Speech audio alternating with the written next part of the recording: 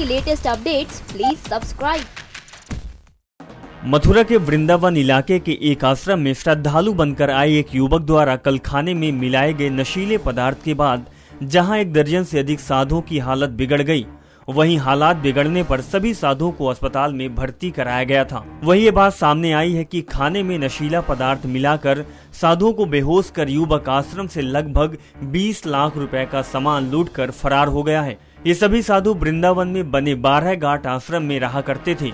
वृंदावन के इस आश्रम में लूट का खुलासा आज उस वक्त हुआ जब वृंदावन के 13 संतों के अचेत होने के मामले में नया मोड़ आया। जब आश्रम के महंत को होश आया तो उन्होंने जानकारी दी कि कल हमको खाने में नशीला पदार्थ मिलाकर खिलाया गया था, जिसके बाद आश्रम में मौजूद सभी संत जहां खाना खाया वहीं बेहोश हो गए। इस घटना की जानकारी देते हुए महंत कहते हैं कि बाहर से 3 दिन पहले आश्रम में एक युवक आया था, वही नशीला पदार्थ खाने में मिलाया होगा। साथ ही महंत के द्वारा बताया जा रहा है कि हम सभी लोग कई घंटों तक बेहोश रहे। इसी बीच स्थानीय कुछ लोगों और महंतों ने हमको अस्पताल पहुंचाया क्योंकि हम सब अचेत हो गए थे, और जब हमें आज होश आया उसके बाद आश्रम में जाकर देखा तो वहां आरोपी युवक गायब मिला और संतों के आश्रम से 4 लाख की नकदी सहित करीब 20 लाख के भगवान के आभूषण भी गायब मिले, जिसमें भगवान की बांसुरी सहित सोने चांदी की अंगूठी और बर्तन सभी सामान नहीं है। वहीं पूरे मामले की प्रशासन जांच कर रही है। साथ ही प्रशासन का कहना है कि जो भी दोषी पाया जाएगा उस पर कड़ी कार्रवाई की जाएगी।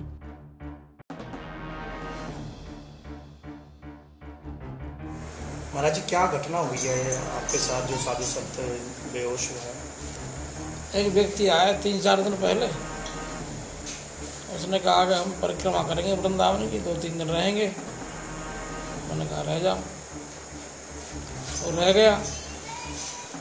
2-3 दिन के बाद कल उसने दोपहर को, रसोई तो बनती थी रोज, 2-3 दिन हुए तो किसी ने कहा कि थाली बैठे कुछ सेवा कर लो, बर्तन से साफ कर लो।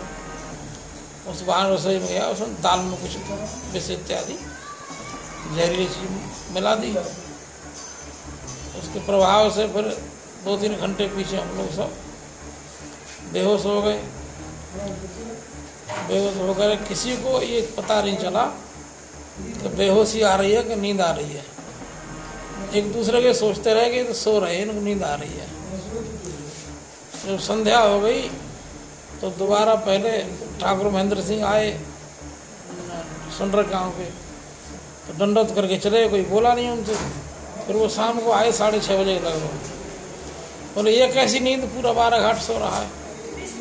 हमारा मोबाइल रखा था, मोबाइल लिए किसी बालक से फ़ोन कराया, तमाम उसमें मोबाइल नंबर थे। तो मलुपीठ वाले महाराज जी को फ़ोन किया, वो कथा कह रहे थे रासमंडल में वृंदावन में यमुना किनारे।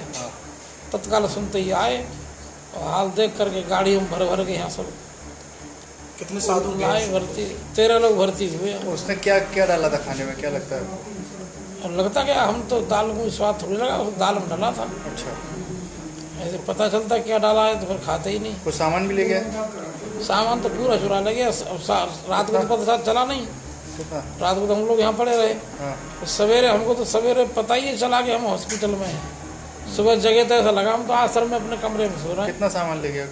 तो जब यहाँ से भेजा लोगों को देखा, पुराना ठाकुर जो जेवर थे, 12 मुकुट थे चांदी के, वो ले गया। लगभग 4 लाख रुपए ले गया।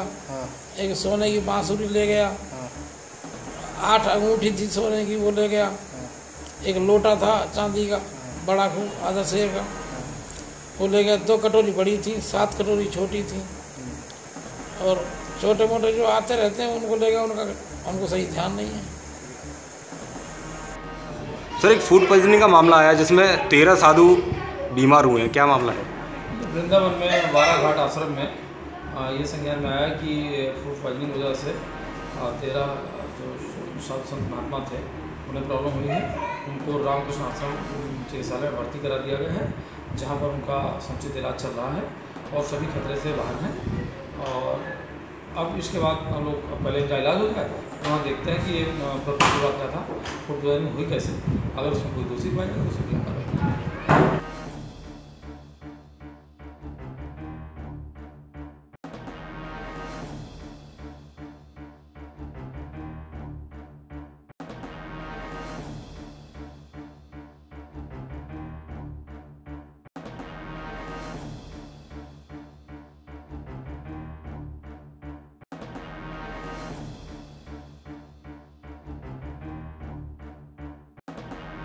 नेक्स्ट 9 न्यूज के लिए मथुरा से अमित भार्गव की रिपोर्ट।